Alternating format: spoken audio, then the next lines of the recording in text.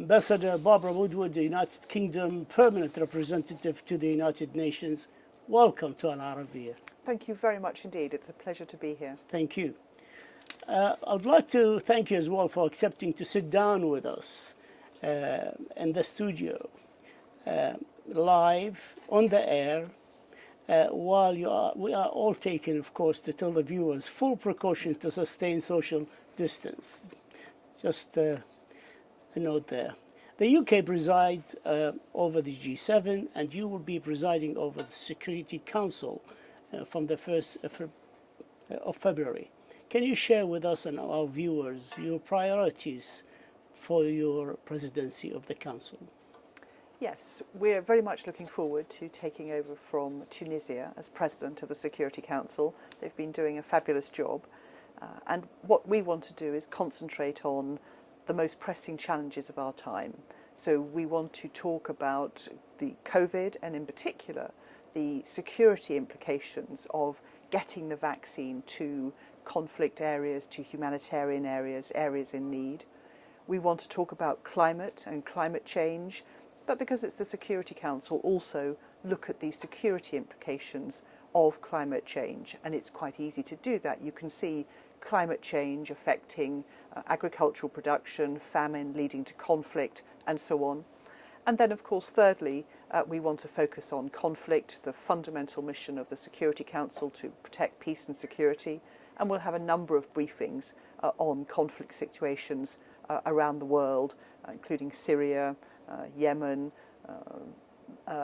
many countries in Africa and so Libya. on. Libya and so on, yes.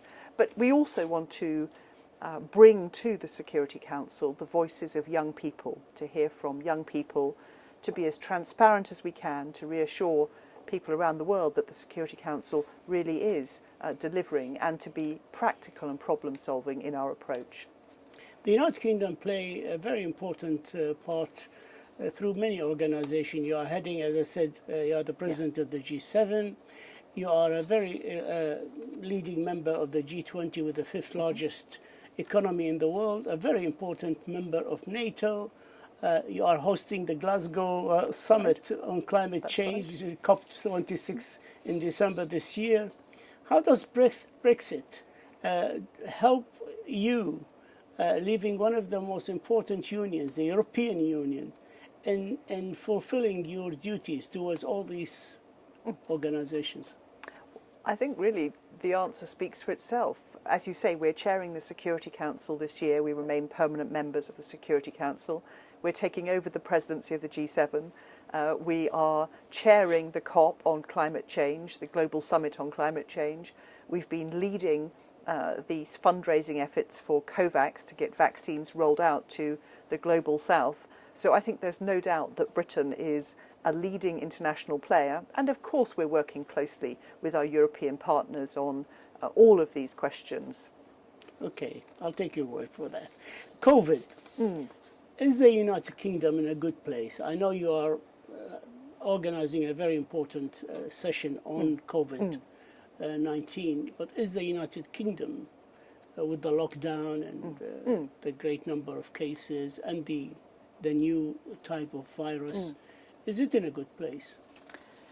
I think so. I mean, COVID has challenged us all, hasn't it, in so many ways, and just as we think that one thing is under control, something else happens. So you're quite right, the UK is still largely locked down, and we've had in place a number of economic stimulus measures to keep our economy afloat. So people are taking precautions, wearing masks, cleaning their hands, remaining socially distanced, and staying at home. But I think two bits of good news from the UK.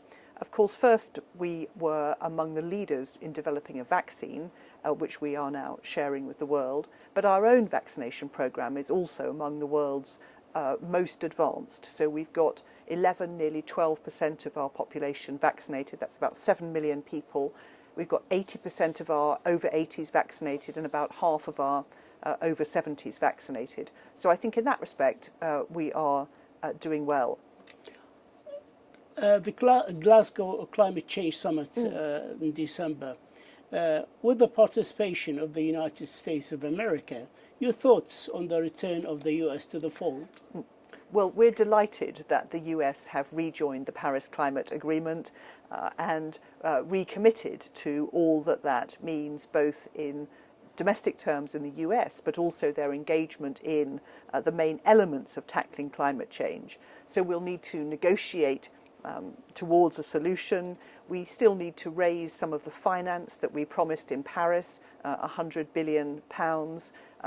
Most of that has been raised. We've got to about 87, but we still need more to help some of the countries in the global south tackle the consequences of climate change, floods, tsunamis, erosion, and so on, and develop the technology to move from dependence on fossil fuels to a cleaner, greener future. So we're delighted to have the US back, and we've now got, I think, about 75% of global emissions covered by net zero carbon commitments. Good So, news. Good news. Yemen, you're the penholder. And We are. beside the limited exchange of prisoners, which is also, there have been one, and now they are negotiating about another Yes. in Amman. We haven't seen anything really truly implemented from the Hodeidah agreement. Have we reached a dead end here in the Yemen crisis, or does the UK still have any reason to be optimistic on a political solution for the Yemeni situation? If you do, please share it with us. So I agree with you. It's a very fragile situation. We were pleased about the exchange of prisoners, and obviously, as you say, negotiations are going on. We were pleased that a new cabinet was appointed, but of course devastated by the attack at Aden Airport at the end of last year, and that was one of the most significant reversals for the process. We continue to support the untiring efforts of the UN Special Envoy, Martin Griffiths, who, even as we speak, is in the region trying to look at a way forward, and we remain deeply concerned by the humanitarian implications, the appalling famine that Yemen faces yet again. So it's very hard to be optimistic, but I think we have to look for the positives where we can find them. On Libya, is there a way that the international community can guarantee the withdrawal of foreign fighters, foreign mercenaries, foreign armies from Libya, and leaving the Libyans to sort out their problems? I've spoken with high-level officials from the countries that have forces in Libya, and they say, well, we have to wait till they have a government.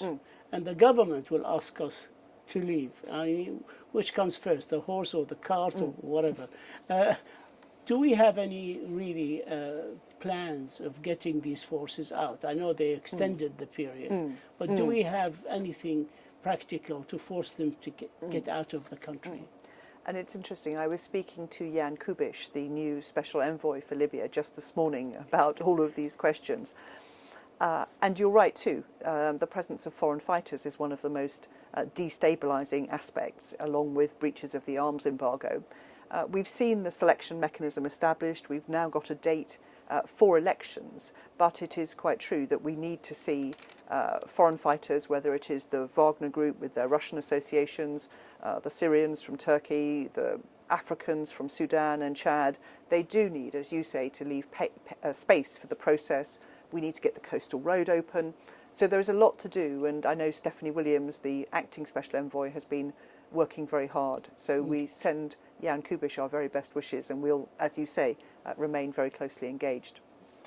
Iran, Yes. a topic which is very much in the news nowadays. It is. Should the US, in your opinion, or the United Kingdom opinion or views, should the US go back to the JCPOA without any further negotiations in issues like the latest enrichment levels, extra centrifugal systems? They're going to install another 1,000 soon, they announced. The ballistic missiles and testing. I mean, they have ballistic missiles capable of carrying nuclear heads. Why would you have them if you don't intend to use them for that? And also their support to terrorist groups in countries like Iraq, Yemen, Libya, Lebanon and Syria. So it's quite a tall order for the United States. And do you expect the United States to come back without actually to the JCPOA without negotiations and all these issues outstanding? So I think you're right. It's a really important problem. It has changed a lot since the JCPOA was agreed 5 years ago. But what I find interesting is that both the United States and Iran are talking about the JCPOA as the key mechanism. So Secretary Blinken said that if Iran returns to compliance, the US will return to economic aid. Foreign Minister Zarif said if the US returns to the JCPOA, they will return to compliance. So I think the important thing is the centrality of the JCPOA, and then, as Secretary Blinken has said, to move on to deeper and stronger negotiations. Ambassador Barbara Woodward, the United Kingdom Permanent Representative to United Nations, we thank you for your time and thank you for this exclusive interview on television, and we wish you all the very best of luck, and I'm sure we have other opportunities to sit and have the benefit of your insights. Thank you. Thank you very much. Thank you, ma'am.